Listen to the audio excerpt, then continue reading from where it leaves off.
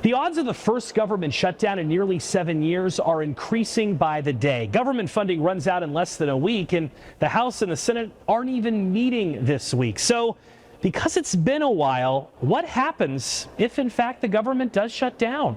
Let's start with Social Security checks. Medicare and Medicaid, all three continue uninterrupted during a shutdown. But other government services may be suspended, with some offices shutting down. With prime autumn leaf viewing on the horizon in many parts of the country, you may be wondering about national parks. Traditionally, they have been impacted during a shutdown. Roads could close and services may be reduced.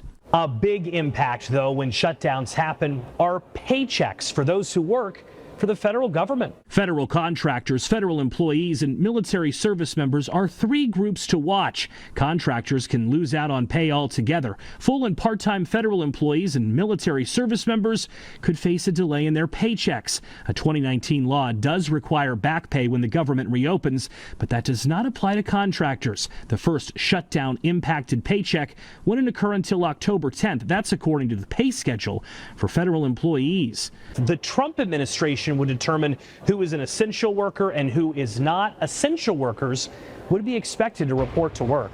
In 2018, during the last shutdown, TSA workers were deemed essential, but as Scripps News Group stations across the country reported at the time, there was an uptick in some employees calling in sick. And if you're wondering what is the political divide right now, Republicans essentially want the government to be funded the same until late November, with no policy changes to health care.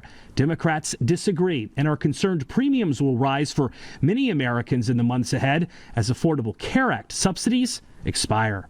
If Chuck Schumer intends to shut the government down, I don't see an easy route out of that, and there's going to be a lot of pain. Our position has never changed. We need bipartisan legislation to keep the government open and meet the needs of the American people, especially on costs, specifically health care costs. Joe St. George, Scripps News Group, Washington.